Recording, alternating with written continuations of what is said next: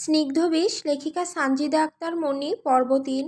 সতর্কীকরণ। এই গল্পে অশালীন ভাষা ও গালাগালির ব্যবহার রয়েছে, যা সকল পাঠকের জন্য উপযুক্ত নাও হতে পারে। পাঠকদের নিজ বিবেচনায় পড়ার অনুরোধ করা হচ্ছে। তৌসির বসে আছে বাগানে রাখা মিটিং মাটিং করার সোফায়। ওর সাথে নাজেম চাচা বসে আছেন। তৌসিরদের সামনে এক সুন্দরী কম বয়সী রমণী দাঁড়িয়ে আছে, ছোট একটা খোলামেলা পোশাক পরা অবস্থায়। তৌসির মেয়েটির দিকে তাকিয়ে বলে, তা কুমারী তো? সত্যি তো? মেয়েটি মাথা নাড়িয়ে বলে, জি জি। তৌসির মেয়েটির দিকে তাকিয়ে ঘৃণার চোখে বলে, তা এই পথে কেন? দেখলে তো ভালো ঘরেই মনে হইতাছে। মেয়েটি এই কথা শুনে নাক কুঁচকে বলে, কেন আবার নিজেকে কাজে লাগিয়ে নিজেই বড় হওয়া? তৌসির এটা শুনে হেসে বলে, ভালোই কথা বলতে পারো দেখি। নাজেম চাচা বলেন, তৌসির যখন কুমারী তাইলে এরে আলমের ভাতিজা তন্ময়ের কাছে পাড়াইয়া দাও। ও কুমারী মাইয়া বেশ পছন্দ করে, রেটও দিব ভালো, সাথে কমিশনও। তৌসির নাজেম চাচার কথা শুনে মেয়েটির দিকে তাকায়, তারপর শান্ত গলায় বলে, এক রাইত তন্ময়ের লগে থাকবা, রেট দিব ৭০,০০০, হইব? মেয়েটি এটা শুনে খুশিতে নেচে উঠে বলে, হবে। তৌসির এটা শুনে ওকে যাওয়ার জন্য ইশারা দিয়ে বলে, ওকে তাইলে এই থেইকা এখন ভাগো, কখন কোথায় যাইবা বইলা দিমু কাইল।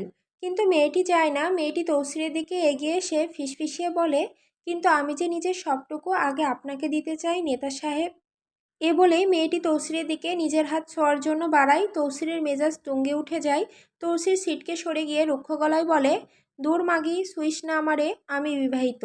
তৌসিরের এই গালি শুনে মেয়েটি স্তব্ধ হয়ে যায়, কিন্তু তারপরও নিজেকে গুটিয়ে নিয়ে তৌসিরের পাশে সাহস করে বসে ওর উপর হেলে পড়তে নেয়। এতে তৌসির বেশ বিরক্ত হয়ে উঠে দাঁড়ায়। মেজাজ ধীরে ধীরে খুনি হয়ে উঠছে এই স্যাঁচরামি আচরণে।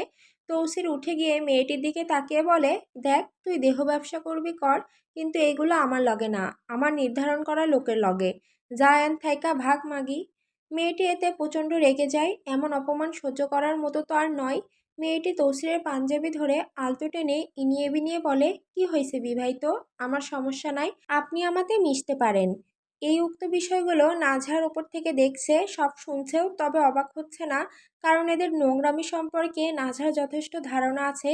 আসলে এরা বিভিন্ন ভালো কুমারী অল্প বয়সী মেয়েদের এসবের কুবুদ্ধি কুমন্ত্রণা দিয়ে ফাঁসিয়ে দেহ ব্যবসায় নিয়োজিত করে, তারপর নিজেদের দেশি বিদেশি ক্লায়েন্টদের উপহার দিয়ে কাঁচা ডলার হাতিয়ে নেয়। আর এগুলোর মূল শেকড় তৌসিরের বিবিজান নূরজাহান খাতুন, এক খবিশ মহিলা। নাজহার চোখে উনি।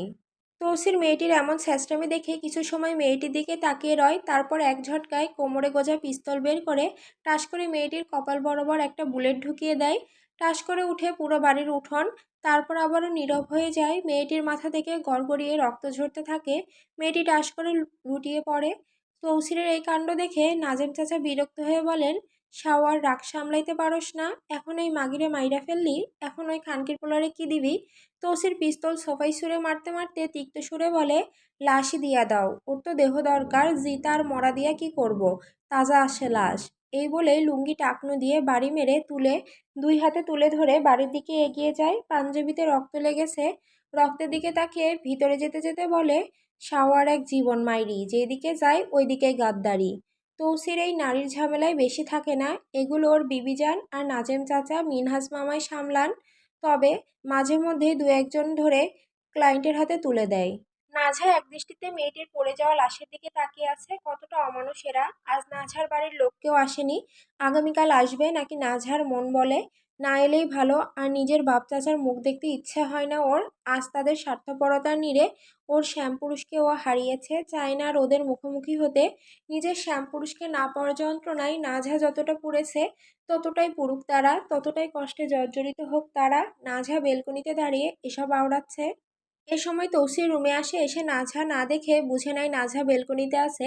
তাই আর এদিক ওদিক না তাকিয়ে নিজের পাঞ্জাবিটা বদলে বিছানায় রাখে আর বিরক্ত গলায় গালি দিয়ে বলে, এই বালের মাইয়া সারাক্ষণ বেলকনিতে পইড়া থাকে। এ বলতে বলতেই তৌসির ধীরে ধীরে পা বাড়িয়ে বেলকনিতে এসে দাঁড়ায়। মেজাজ ভালো না, খারাপ। খারাপ মেজাজটা খুনটুন করলেও হাত চুলকায়, আবার না করলেও অশান্তি অশান্তি করে ভেতরে। এ মনে হচ্ছে মহান এক যন্ত্রণা। তৌসির বেলকনিতে পা রাখাতেই ওর নজরবন্দি হয় মোহান্য এক বিমূর্ত সুন্দর চিত্ররূপ। নাজহা দাঁড়িয়ে আছে, কোমরের নিচে অবধি কোঁকড়ানো বাদামি কেশতরঙ্গ, চুলগুলো ছিটিয়ে আছে ওর পিঠে, হালকা বাতাসে উড়ছে। নাজহা আকাশের দিকে তাকিয়ে আছে। তৌসির পেছন থেকে নাজহার চুলের দিকে খানিক মুহূর্ত চৈতন্য বিভোর হয়ে চেয়ে রয়। তারপর কিছু সময় পর বলে ওঠে, তালুকদারের মাইয়া রাইত বিরাইতে এমনে দাঁড়াইও না বেলকনিতে আইয়া, পরে জিনের বালগুলো তোমার রূপের আগুনে জ্বললা তোমার পিছনে যাইব কুত্তার মতো পইরা। নাজহা তৌসিরের কথা শুনে খানিকটা ভড়কে যায়, তারপর ধীরে ধীরে পেছন ফিরে তাকায়। একবার তাকিয়ে চোখ অন্যদিকে সরিয়ে নেয়। তৌসিরের পরনে চেকের লুঙ্গি আর সাদা স্যান্ডো গেঞ্জি পরায় তৌসিরের বলিষ্ঠ জিম করা নিখুঁত পুরুষালী শরীরটা দেখা যাচ্ছে। এর মধ্যে ফর্সা গায়ের রঙের জন্য আরও বেশি নিখুঁত লাগছে। তৌসির নাজহাকে অন্যদিকে তাকাতে দেখে বলে, শোনো, এমনি নাক সিটকাও না, আমি তোমার জামাই, বাইরের কেউ না। নাজহা তৌসিরের কথায় অন্যদিকে তাকিয়ে বলে, আমি এই বিয়ে মানি না, আমি আপনাকে স্বামী মানি না। নাজহার কথা শুনে তৌসির নাজহার দিকে একটু এগিয়ে এসে কপাট গলায় বলে, জামাই মানুষ না তাইলে আনি কি করস, যা দৌড় দে নিজের বাড়িতে, আমার তো তোর মতো বউ লাগবো না। নাজহা তৌসিরের কথায় তৌসিরের দিকে কটমট চোখে তাকায়, রাগে গা ঝাঝা করছে। এত বড় অপমান! নাজহা নিজেই দুই হাত মুষ্টিবদ্ধ করে বলে, চলে যেতে পারলে থাকতাম না এখানে। তৌসির এতে হেসে বলে, জানি তো যাইতে পারবা না, কারণ তোমার বাপ চাচা সবগুলোই তো ইতর হালার হালারা। তুমি চইলা গেলেও আবার আমার কাছেই দিয়া যাইব। নাজহা তৌসিরের কথা শুনে কিছু সময় চুপ করে রয়। সত্যি তো তৌসির তো ভুল কিছু বলেনি। নাজহাকে চুপ করতে দেখে তৌসির দীর্ঘশ্বাস ফেলে বলে, আচ্ছা বাদ দাও, যাও আমার পাঞ্জাবিটা ধুইয়া দাও, কাল সকালে পড়তে হইব। নাজহা তৌসিরের কথায় মুখ তুলে ওর দিকে তাকিয়ে বলে, একটা অসহায় মেয়েকে মেরে গায়ে তার রক্ত মেখে সেই রক্তমাখা পাঞ্জাবি আমায় ধুতে বলতেছেন? আমাকেও পাপের অংশীদার বানাতে চান? তৌসির এটা শুনে অল্প তিরিক করে রেগে বলে, ওই মাগি, তোমার জামাইরে বিছানায় টানতেছিল আর ওরে তুমি অসহায় কইতেছো? নাজহা এই গালি শুনে চোখ মুখ কুঁচকে নেয়। কি গালি? নাজহা দাঁত চেপে বলে, মানুষের বিছানায় পাঠাইতে পারেন অথচ নিজে যেতে পারেন না? নাজহার এমন ঘাটতেরামি কথা তৌসিরের গায়ে মেখে যায় তেলের মতো। মনে হয় কেউ গরম তেলের ছিটা উপচে পড়ল। তৌসির দাঁতে দাঁত চেপে বলে, নিজের থুতা সামলে নে শাওয়ার মাইয়া, নয়তো থুতা আস্তা রাখমু না। নাজহা ভয় পায় না তৌসিরের কথায়, উল্টো নিচের কালচে সবুজ চোখের কঠিন চাহনি নিক্ষেপ করে তৌসিরের চোখে এবং রুক্ষ গলায় বলে, আমার থুতা ঠিকই আছে, নিজেকে সামলান, পাপে তো ঘা হয়ে যাচ্ছে অন্তর আপনার। তৌসির নাজহার সাহস দেখে থমকায়। বেশ সাহস বেড়ে গেছে এই ছোট মেয়ের, বয়স হয়নি এক চিলতে আর এত বড় বড় কথা। তৌসির নাজহার চোখে চোখ রেখে হুমকি দিয়ে বলে, আমি পাপী আর আমার পাপে আমারে ক্ষয় করব, তাতে তোমার কি? আর আপনি তো পাপী না, আপনি একটা জানোয়ার, পাপী বললে পাপীকেও অপমান করা হবে, নিকৃষ্টের চেয়েও নিচু আপনি। আমি যেই সাওয়াই হই না কেন, তাতে তোমার কি? নাজহা এই তোমার কি আর গালি শুনে দ্বিগুণ রেগে ওর দিকে এগিয়ে বলে, নিকৃষ্টদের একটাই অস্ত্র আর তা হলো অশ্লীল বাক্য, বেশি মুখ লম্বা করো না, নয়তো। তৌসির আর কিছু বলতে পারে না। হঠাৎ নাজহা ওর থেকে কথা কেড়ে নিয়ে চিৎকার করে ওর দিকে ধমকিয়ে তাকিয়ে বলে, নয়তো কি, মারবেন, খুন করবেন, নাকি নিজেরা ব্যবসায় বেচে দেবেন? কি করবেন? এগুলোই তো করতে পারেন, আর তো কোনো বাল পারেন না করতে। পাপ ছাড়া কখনো জীবনে কিছু করেছেন? নিন করুন, আপনার জন্য আমার জীবনের সব চিত্রল হারিয়েছি, এবার জীবনটাও নিয়ে নিন, তাহলে শান্ত হবেন। নাজহার হঠাৎ এমন রাগ দেখে তৌসির চোখ বড় বড় করে নাজহার দিকে তাকিয়ে থাকে। মনে মনে ভেবে নেয়, এই লোকে সত্যি জিন টিন লাগলো না তো? তৌসির নাজহাকে ভয় দেখাতে হুঙ্কার দিয়ে বলে, এই চুপ, এত কথা বলবি না, যা গিয়ে মরণের ঘুম ঘুমা, আমার লগে ফ্যাতফ্যাতি করলে জীবন্ত কবর দিয়া দিমু। তবে নাজহা কি ওর ধমকে ভয় পাওয়ার মেয়ে? নাজহা আরও বেশি চিৎকার করে বলে, তো দিয়ে দিন। তৌসির নাজহার কথায় মারাত্মক রাগ ওঠে। তৌসির নিজের লুঙ্গি নিজের কোণ তুলে হাতে নিয়ে কোমরে গুজে নিতে নিতে বলে, কুত্তার বাচ্চা, তুই আমারে তোর শাওয়ার রাগ দেখাস, আমার লগে ফাতফাতি করস, আইস তোর শাওয়াগিরি আমি বের কইরা দিমু। এই বলেই তৌসির সাপের মতো ফুসফুস করে নাজহার দিকে এগিয়ে যায়। খানিকক্ষণ পর নাজহা চিৎকার করছে, চিৎকার করে কান্না করে বলছে, আমায় উঠান, জানোয়ারের মতো কাজ করবেন না, উঠান আমায়। এই বলেই নাজহা দুই হাতে মাটি আঁকড়ে ধরে পিছাতে থাকে। তৌসির ওর এমন অসহায় চিৎকার দেখে দাঁত কেলিয়ে বলে, কই গেল এত সাজ?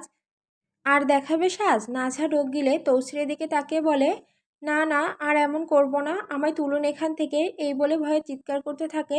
আসলে নাজহাকে তৌসির কবরের ভেতর বসিয়ে রেখেছে সেই মেয়েটির লাশ কবর দেওয়ার জন্য, যে কবর খোঁড়া হয়েছে বাড়ির পেছনে। তৌসির নাজহাকে রাগে এই কবরের মধ্যে ফেলে দিয়েছে, কারণ ও মুখে মুখে তর্ক করছিল কবরে ফেলেছিল তো, কিন্তু তাও নাজহা ভয় না পেয়ে উল্টো তৌসিরকে গালাগালি করছিল, তাচ্ছিল্য করছিল। তাই তৌসির ওকে ভয় পাওয়াতে এখন কয়েকটা বিচ্ছু ছেড়ে দিয়েছে কবরে।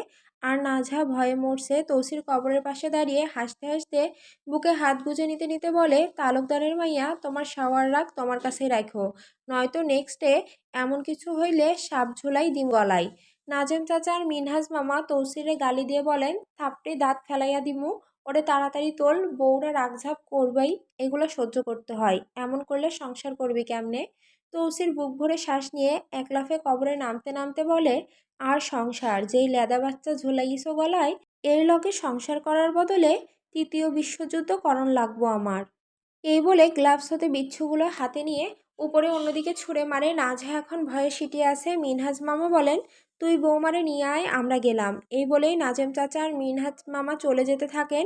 তৌসির মুচকি হেসে নাজহার দিকে তাকায়, তবে হাসিটা মুচকি না, তাচ্ছিলের বললে ঠিক হবে।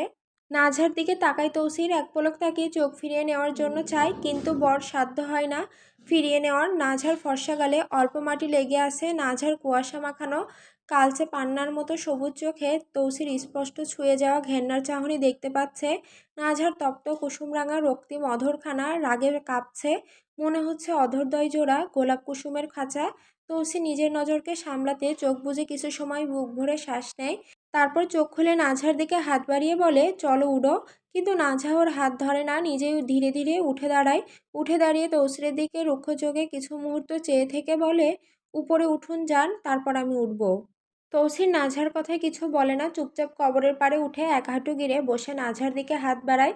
কিন্তু নাজহা আবারও আগের মতো কাজ করে, নিজেই নিজের কষ্ট করে পাড়ে উঠে পড়ে। তৌসির নাজহার এমন জেদ দেখে দাঁত চেপে বলে, জেদ দেখাইতাছো? কিন্তু নাজহা কোনো উত্তর দেয় না, চুপচাপ নিজের ওড়নাটা মাথায় টেনে নিয়ে বাড়ির দিকে এগিয়ে যায়।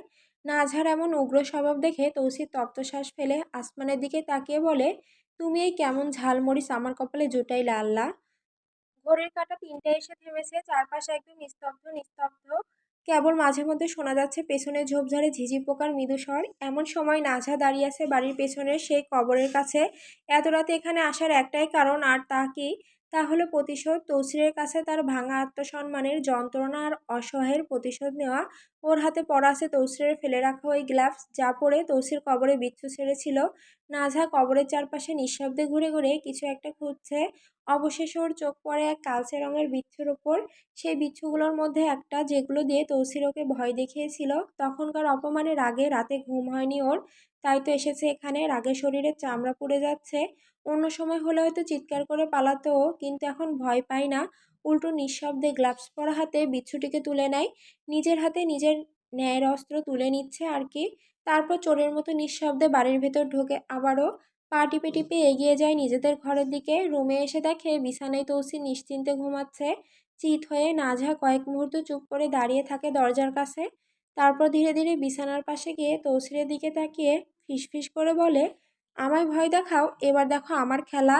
এই বলেই পা টিপে টিপে আরেকটু এগিয়ে তৌসিরের পায়ের কাছে ঝুলকে পড়ে। খুব সাবধানে ওর লুঙ্গির অল্প একটু অংশ টেনে তুলে আনে টাকনুর কাছে। এরপর সেই বিচ্ছুটিকে ছেড়ে দেয় সেখানে। তৌসিরের ঘুম এখনো ভাঙেনি। নাজহার বিচ্ছুটি ছেড়ে দিয়ে মনে মনে বলে, একটুখানি হলেও আমি শান্তি পাবো। কেউ একজন এই গভীর রাত্রিতে নিঃশব্দে বসে আছে তালুকদার বাড়ির সামনের পুকুর ঘাটে। পরনে তার কালো রঙের শার্ট, সঙ্গে রং ছাটা একটি প্যান্ট, চুলগুলো এলোমেলো, সিগারেটের ধোঁয়ায় ঠোঁটের কোণে কালচে আভা, চোখজোড়া লাল, শার্টের বোতামগুলো খোলা, পুরোটা ছন্নছাড়া এক অবয়ব। চারপাশে কেবল এখন পেঁচার কুকুরের ডাক। প্রকৃতিও হয়তো থমকে গেছে তার বিষণ্ণতায়। সে একদৃষ্টিতে পানির দিকে তাকিয়ে আছে। মনে হচ্ছে সমস্ত পৃথিবীটা শূন্য হয়ে গেছে। ভেতরটা একেবারে ফাঁকা লাগছে, নিজের সবটুকু শূন্য শূন্য লাগছে। মনে চাচ্ছে ইকরাব যেভাবে নাজেহাকে না পেয়ে চিৎকার করে কেঁদেছিল, ওভাবেই কাঁদতে, কিন্তু তা যে অসম্ভব। ওর অনুভূতিগুলো যে লুকাইতে ও চাইলেও পারবে না। ও যে শুধুই নাজহার বিরহে ছাই হয়ে যাবে, তাও ভেতরে ভেতরে। বুকটা ভারী হয়ে আসছে, মনে হচ্ছে দম নাকের কাছে এসে আটকে গেছে, আর আসবে না। হয়তো চলে এসেছে। সে পানির দিকে তাকিয়ে হাতে থাকা সিগারেটটা ঠোঁটে টেনে ধরে বলে, রুদ্র রাগিনী এত তাড়াতাড়ি শেষ হবে এমন তো ছিল না আমাদের গল্প। তবে তুমি কেন আজ তলিয়ে গেলে অন্য কারো নীড়ে, বলো? দীর্ঘশ্বাস ফেলে নিজের চোখ দুটো মুছে নিতে নিতে বিধ্বস্ত গলায় বলে, ও মন, সে তো অন্য কারো, তবে তুমি তার জন্য কেন এতটা পুরো? এবার মাথা নিচু করে ফুঁপিয়ে কেঁদে ওঠে। বুক ধড়ফড় করছে, খুব কষ্ট হচ্ছে। ও যন্ত্রণায় নিজের বুকে হাত চেপে ধরে। চোখের পানিগুলো টুপটাপ করে সিঁড়িতে পড়তে থাকে। নিজেই নিজেকে বলে, আমি মানতে পারছি না তুমি আমার হয়েও কেন আমার হলে না, নাকি তুমি আমার হবারই ছিলে না। ফুঁপিয়ে শ্বাস নিয়ে আবারও বুক ভরে শ্বাস নিয়ে আফসোস করে বলে, তোমায় আমি বলতে পারিনি, আমার না পাওয়া স্নিগ্ধপদ্ম, কতখানি ভালোবাসি তোমায় আমি। এ বলে মাথা তুলে চারিদিকে তাকায়, তারপর চোখের পানি মুছে পাশে রাখা নিজের গিটারটা হাতে তুলে নেয়। আঙুলগুলো গিটারের তারে ছড়িয়ে দেয়, টুংটাং আওয়াজে তালে কান্না ভাঙা গলায় আকাশের দিকে তাকিয়ে অভিযোগ গলায় গেয়ে ওঠে, বিধাতা আমাকে বলো কোথায় গেলে তাকে পাবো। যন্ত্রণাগুলো আমাকে ভেতরে পোড়ায়। ভাবতে ভাবতে তারই আমি চোখ বুজিয়া জড়াই ধরি, চোখ মিলিয়া দেখি আমি সেজে বুকে নাই।